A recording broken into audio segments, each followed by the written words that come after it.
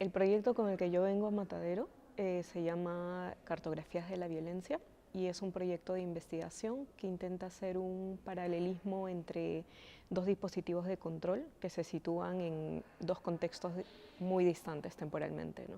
Por un lado, me enfoco en el primer mapa del Perú elaborado por Diego Méndez en 1570 y este mapa se sitúa en el primer atlas del mundo moderno. Este mapa lo considero como un dispositivo de control porque durante esta época del siglo XVI los mapas fueron dispositivos para la expansión imperial también, ¿no? Y por otro lado me enfoco en las imágenes de videovigilancia en contextos de protesta, específicamente los videos que registraron los abusos y asesinatos de manifestantes a manos de policías y militares durante las protestas en Perú desde diciembre de 2022 y marzo de 2023. ¿No? En el Perú durante esa época hubo manifestaciones que luego continuaron y murieron más de 49 personas, dentro de las cuales muchas fueron asesinadas, ¿no? por agentes policiales y militares, y muchos de estos casos fueron registrados por cámaras de videovigilancia y fueron difundidas por medios periodísticos, ¿no? Quiero ir un poco más allá de lo que puede significar la representación de una imagen, ¿no? Me refiero a la representación de ciertos territorios, ciertas existencias, ¿no? Porque lo que considero también es que ambas han sido funcionales para la construcción del mundo, ¿no? La construcción de ciertos espacios, ciertas comunidades, ¿no? Entonces, esto lo llevo muy en relación a lo que toda autoridad necesita también hacer un orden de lo visible, ¿no? Entonces, basándome como en esa premisa, también parto de un cuestionamiento propio que tengo con estas imágenes, que es que es inevitable que por esta asimilación, ¿no? de construcción, ¿no? que nos hemos visto envueltos como en una formación del mundo en específico, es inevitable que dejemos otras existencias también fuera de nuestro marco, de nuestro propio marco visible, ¿no? de nuestra propia percepción, ¿no? Y ahí apelo un poco también a un cierto tipo de ceguera que tenemos. Yo lo que he hecho durante la estancia de la residencia es que, por un lado, me he enfocado en la investigación contextual, ¿no? de estos mapas. He investigado no solamente en torno a la construcción de este primer mapa del Virreinato del Perú, ¿no? Que fue elaborado también por expediciones que se hicieron durante esa época, sino también me enfoco en estos otros primeros mapas, ¿no? Por ejemplo, este primer mapa que hizo Juan de la Cosa en 1500, ¿no? En el que se intentaba como dibujar de alguna forma, imaginar el continente. Y por otro lado, en el caso del archivo de la videovigilancia, me he enfocado también no solamente en recopilar esta información que es pública, ¿no? Que he estado como descargando los clips, ¿no? que han surgido, sino también que durante esta época me he puesto en contacto con algunos colegas periodistas, ¿no? de Perú, en el que me han compartido estos archivos que ya son como archivos de más duración, de 2 días de protesta, ¿no? En 2 regiones, ¿no? En Lima y Ayacucho, por ejemplo. Entonces, lo que he estado haciendo más es como un trabajo más como distendido, de investigación, recopilación de materiales, puesta en contacto, ¿no? También. Este proyecto nace tiene como su etapa como muy germinal en el 2022, que es cuando inician las protestas. Y es cuando yo también migro a España, ¿no? Y al poco tiempo que yo migro, inician las protestas y yo me encuentro atravesando un poco como esta etapa de bueno, adecuación a este contexto, ¿no? Y viendo la crisis política que ocurre en Perú a la distancia. Entonces fue ahí que empiezo a ver como estas imágenes de vigilancia, ¿no? Que estaban siendo como difundidas por medios periodísticos y que a su vez no estaban siendo suficientes para responsabilizar al Estado, ¿no? De estos crímenes. Entonces fue ahí cuando me empiezo a cuestionar sobre el estatuto de evidencia que tiene un archivo, que tienen estas imágenes, y es también cuando empiezo a pensar cuál es el punto, quizás uno de los puntos iniciales para que esto ocurra, ¿no?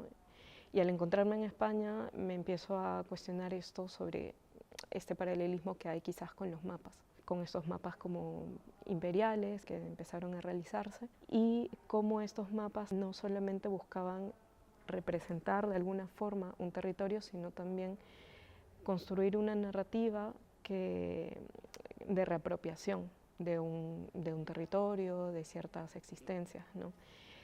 Y empezaba a pensar también cómo fue uno de los momentos donde también se instaura también una mirada muy racista sobre otras personas, ¿no? Sobre otras existencias, sobre otras comunidades.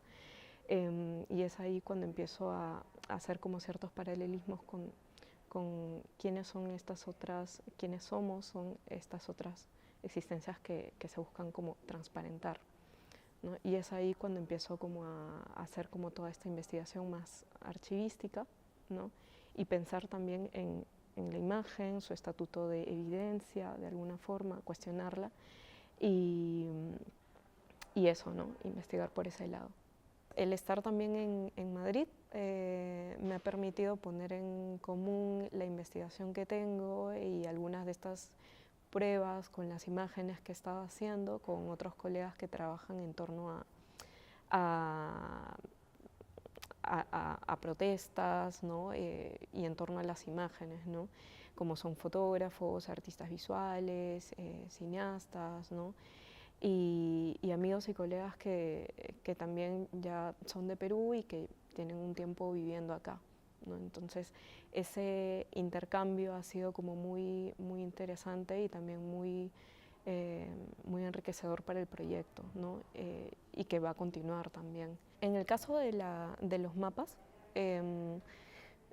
yo lo que estaba haciendo más como en este proceso de prueba ha sido el calco de las imágenes, ¿no? El calco de ciertos elementos de los mapas en los que considero que han servido también para transparentar ciertos espacios, ¿no? Como por ejemplo, no solamente el contorno de los continentes o de ciertos países, sino también el dibujo que se hace sobre la cordillera, sobre ciertos lagos, sobre también el hecho de nombrar, ¿no? un país, un territorio, una ciudad, ¿no? Que es una forma también de reapropiarse. En el caso de la videovigilancia, además de la sistematización, me he encontrado también, también por el propio proceso que tengo, en torno a la sobreexposición de imágenes de violencia, ¿no? En la que estamos, me he cuestionado también sobre cómo mirar imágenes de violencia sin tener que mirar unos cuerpos vulnerados, ¿no? Entonces es ahí donde indago también sobre qué entendemos por violencia, ¿no? Si es ver a alguien golpeando a otra persona o si también esas violencias se responden de otra forma, ¿no? Entonces ahí es cuando apelo plásticamente a la abstracción de estas imágenes, ¿no? He estado haciendo algunas pruebas con software de inteligencia artificial en la que borro ciertos elementos de la imagen, ¿no? Para poner el foco en otros, ¿no? Por ejemplo, cuerpos militares, cuerpos policiales, ¿no? O lo que hay en torno a lo que se ve dentro de la imagen, pero también para poder especular sobre qué hay fuera de la imagen, ¿no? Qué hay fuera, qué se está dejando fuera de estos marcos visuales, ¿no? Entonces me he encontrado haciendo eso. También he estado como investigando un poco más sobre lo monocromático, ¿no? Y como una forma de no ver una imagen y apelar un poco a lo sonoro, ¿no? Ahí es cuando hago el nexo con la opacidad, ¿no? Empezar a apelar a la opacidad de las imágenes, ya sea borrando ciertos elementos, que aún así, aunque los borre, deja un rastro, ¿no? No está del todo como un elemento que busca como vaciar. Y por otro lado, apelando como a la abstracción máxima, ¿no? Y pudiendo como explorar sobre lo sonoro, sobre lo descriptivo, sobre aquello que no se ve. Y también lo que quiero explorar con estas formas de imaginar también es poder pensar cómo podemos o cómo se pueden crear otras ficciones en torno a estas imágenes existentes, ¿no? Cómo crear de alguna forma una contracartografía a partir de la materialidad misma de estas imágenes, ¿no?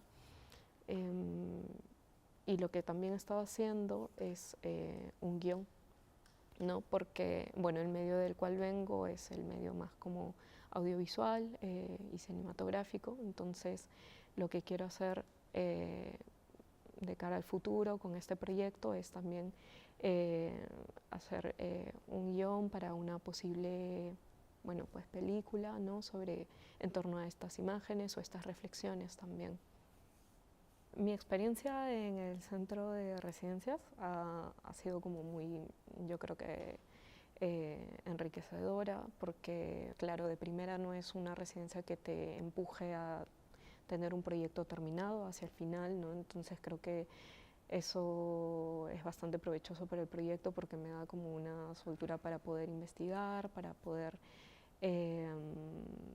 compartirlo, ¿no? Entonces no hay esa como presión externa. También ha estado muy bueno haber compartido eso con los asesores, con Marta, Carlos y con Diego y con Luisa también, ¿no? Porque de cada uno he podido tener como una